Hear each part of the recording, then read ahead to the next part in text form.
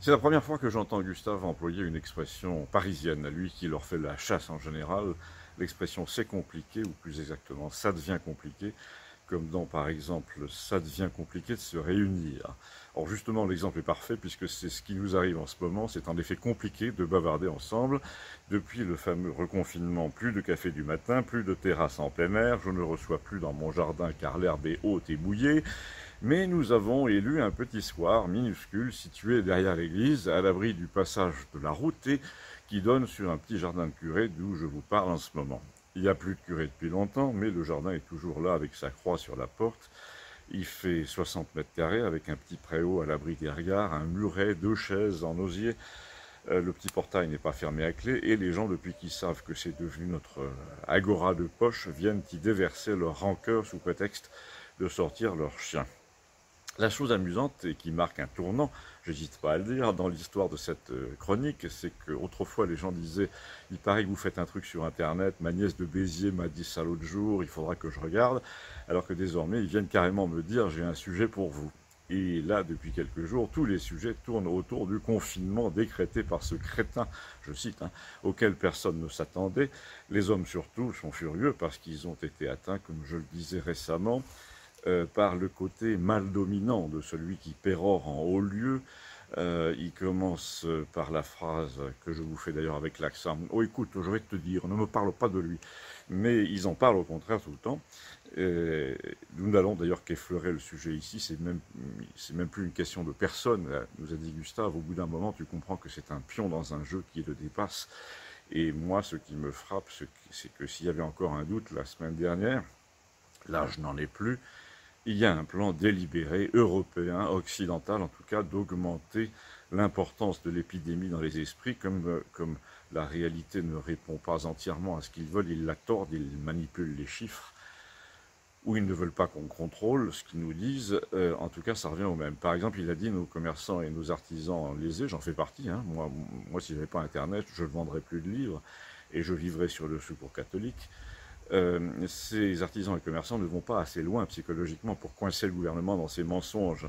Pourquoi, au lieu de réclamer des accommodements sans arrêt, du genre pourquoi lui il a le droit d'ouvrir et pas moi, etc., ne disent-ils pas la chose suivante? Puisqu'une politique déterminante pour l'avenir de la nation apparemment repose en fait uniquement sur le nombre de morts quotidiens du Covid et sur son évolution, il est surprenant que ce nombre ne soit pas vérifié, devrait-il dire. Pourquoi ne pas créer une commission indépendante de médecins, de légistes, notamment avec un avocat ou deux, qui aurait pour mission d'examiner chaque jour les 250 certificats de décès pour voir si par hasard il y a eu une deuxième ou une troisième maladie chez le patient mort, si la famille est au courant qu'il est mort du Covid, etc. Et quand le test a été réalisé, et dans quelles conditions, etc. Il y a une semaine, 400 ingénieurs médecins spécialistes divers ont pondu un texte qui dénonce le manque de transparence du gouvernement sur ces questions-là, et la télé en a-t-elle parlé? Non.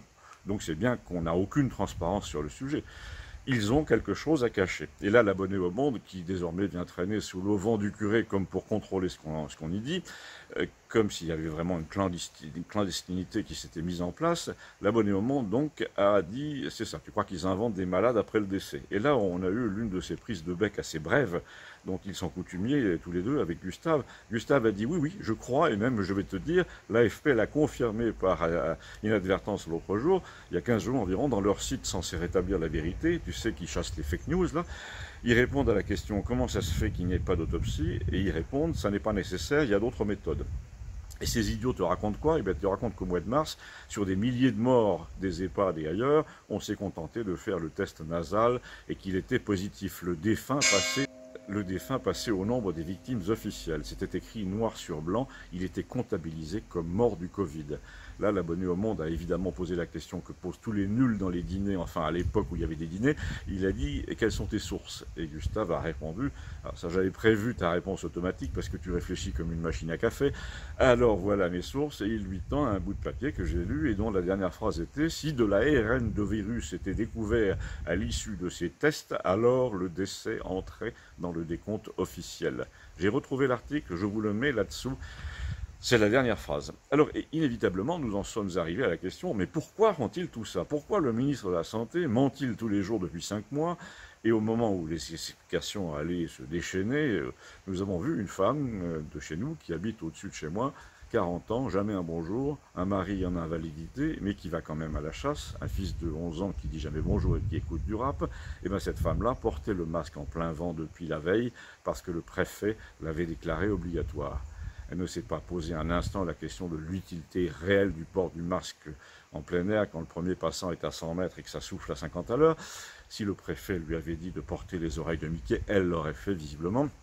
En tout cas, nous avons arrêté de parler quelques secondes le temps qu'elle passe. Et Gustave a dit, il faut faire gaffe, à part Albert, ici personne n'a son Ausweis. Mais il paraît que la commandanture n'a pas reçu l'ordre de verbaliser pour l'instant, parce que le texte n'est pas encore au journal officiel.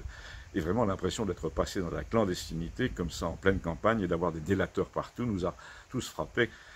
Tous, c'est-à-dire 4, hein. Moi, l'abonné au Monde, Gustave, un type assez gentil aussi nommé Claude, qui est un ancien légionnaire, qui ne parle pas beaucoup, qui fait des travaux chez moi, je ne précise pas au noir, avec un imprimé de l'URSSAF. Mais il n'a plus de permis pour cause d'alcool, et moi, comme client, je ne peux pas aller chercher les plaques de plâtre et le matériel dans une camionnette de location à cause du confinement. Les gendarmes me contrôleraient, ce qui fait que le chantier est à l'arrêt pour 1 mois. À cause de tous ces cons, il me dit, on empêche les gens de travailler, ils veulent qu'on aille faire la queue pour toucher le RSA. Fin de la parenthèse à propos de ce Claude. Donc, à la question pourquoi, Gustave a répondu très remonté, sans prendre de gants, à l'adresse de l'abonné au Monde. Je commence à comprendre, depuis que je me penche sur les élections américaines, ce qui se passe. Et l'autre, évidemment, lui répond, je suis sûr que tu es un partisan de Trump, évidemment. Je n'ai pas à être partisan de Trump, a dit Gustave, c'est un personnage assez grossier, en effet, si on veut, mais très drôle, très rusé. La seule chose que je vois, c'est qu'il dessine assez bien les contours de l'ennemi, et que nous avons le même, c'est pour ça qu'il m'intéresse. Personne ne nous l'a dit, mais il a fait campagne sur le thème « Retournons au boulot ». Ces gens qui nous bassinent avec le Covid veulent tuer toute une économie, dit-il, dit Trump, notre économie, votre économie, parce que ça les arrange. La grande crise, ils veulent la provoquer pour assainir les finances, pour effacer les traces de leurs crimes bancaires, et Biden n'a pas été le dernier à les commettre.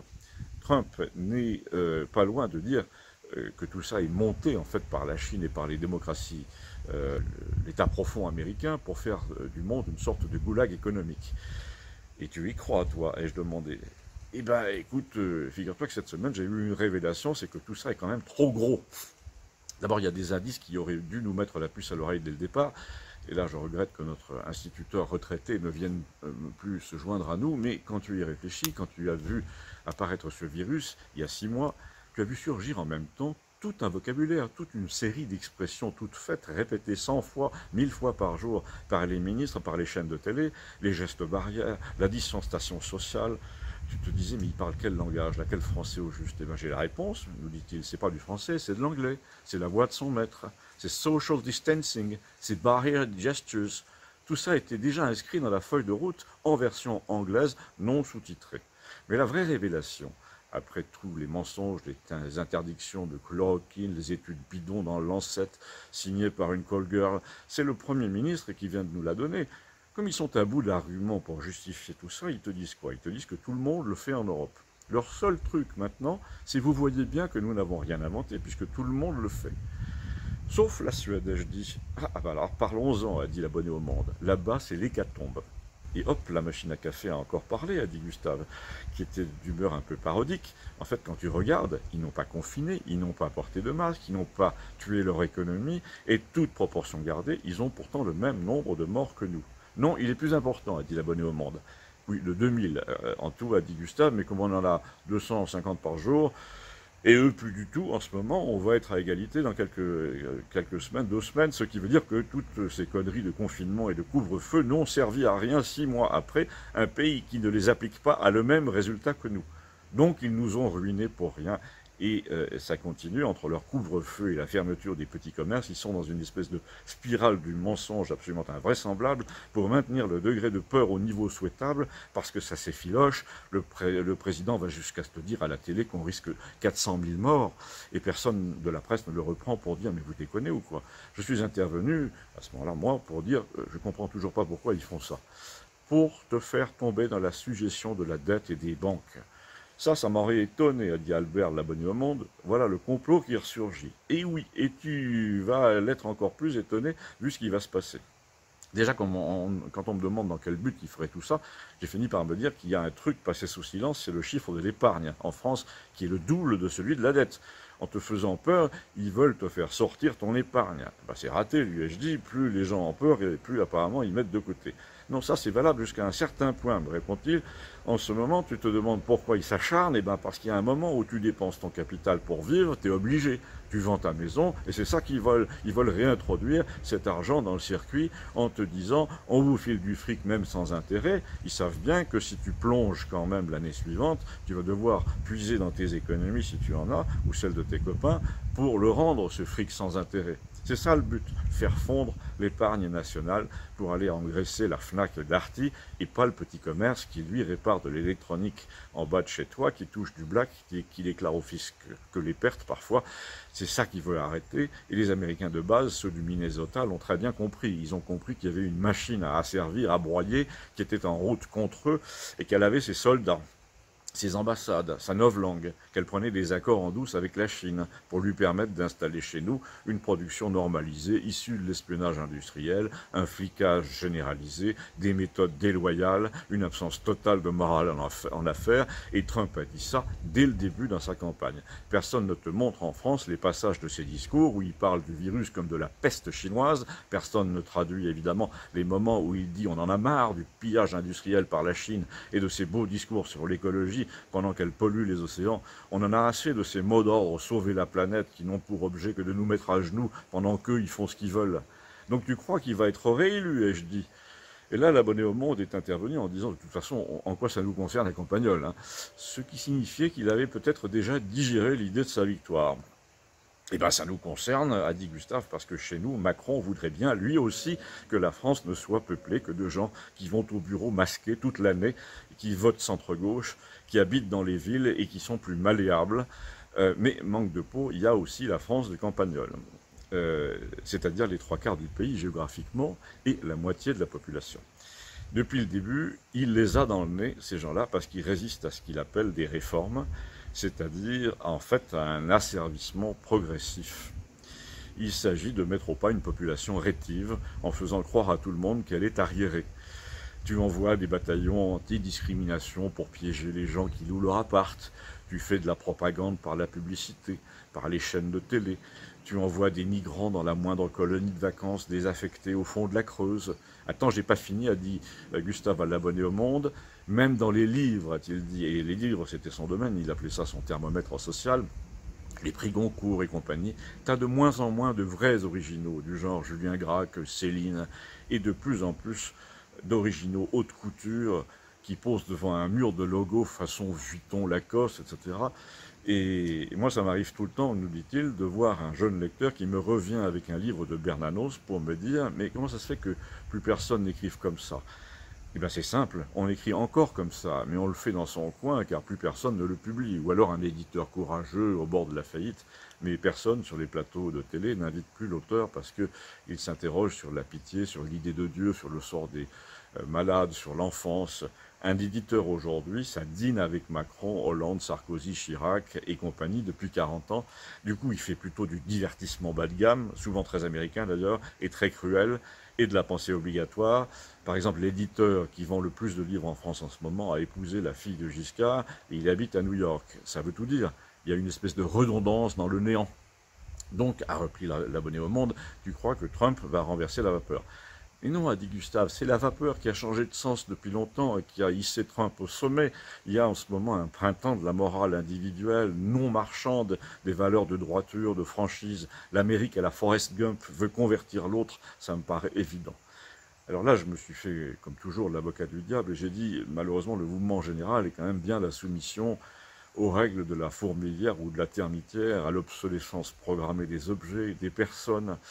J'ai l'impression que c'est au contraire un peu l'automne de l'individualisme et qu'on ne fabriquera bientôt plus que du chinois dans le monde et que le district de Campagnol sera géré par 3 fonctionnaires qui ne sourient jamais et qui t'apprendront les bons gestes pour la planète pendant que Pékin, lui, s'en fout complètement. Mais c'est déjà le cas, dit Gustave. Je ne sais pas si tu as vu la tête des trois filles de la communauté de communes qui gardent leur masque au volant de leur Zoé en ce moment, mais ça donne pas envie d'aller vers la modernité écologique. Et notre député te parle sans arrêt des territoires, etc., avec son petit accent, mais il vote Macron. Et justement, a conclu Gustave, ils sont allés trop loin et trop vite dans leur plan d'asservissement des populations à la raison, à la production verte, au mot d'ordre de LCI. Il y aura forcément une révolte à la Trump, même en France, même en Chine d'ailleurs. Le confucianisme ou le christianisme à la chinoise prendront le dessus un jour ou l'autre et il dira, ce confucianisme, qu'avons-nous fait de nos enfants, qu'avons-nous fait de Hong Kong, est-ce que ça vaut vraiment le coup d'envoyer des porte-avions à Taïwan et des commissaires politiques au Tibet ou des tortionnaires aux Ouïghours? Et finalement, comme dans Star Wars, l'étoile noire de la mort s'effondrera de l'intérieur. Il existe en ce moment, lui ai-je dit, une autre étoile bien plus noire, mortelle, impénétrable que le vaisseau de Darth Vader de la Chine, et qui nous envoie partout des droïdes avec un couteau, et tu n'en parles pas, c'est bizarre.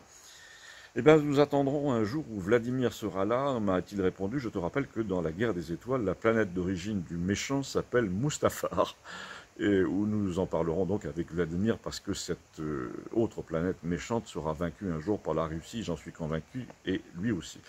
Et là, comme pour nous ramener au présent, la cloche de l'église, assourdissante, puisqu'on était au pied du clocher, nous a interrompus avec les 12 coups du midi, et pendant que ça sonnait, et qu'on sortait du jardin, la fille au masque nous a recroisés, comme si elle voulait relever les noms pour faire son rapport. À bientôt, merci.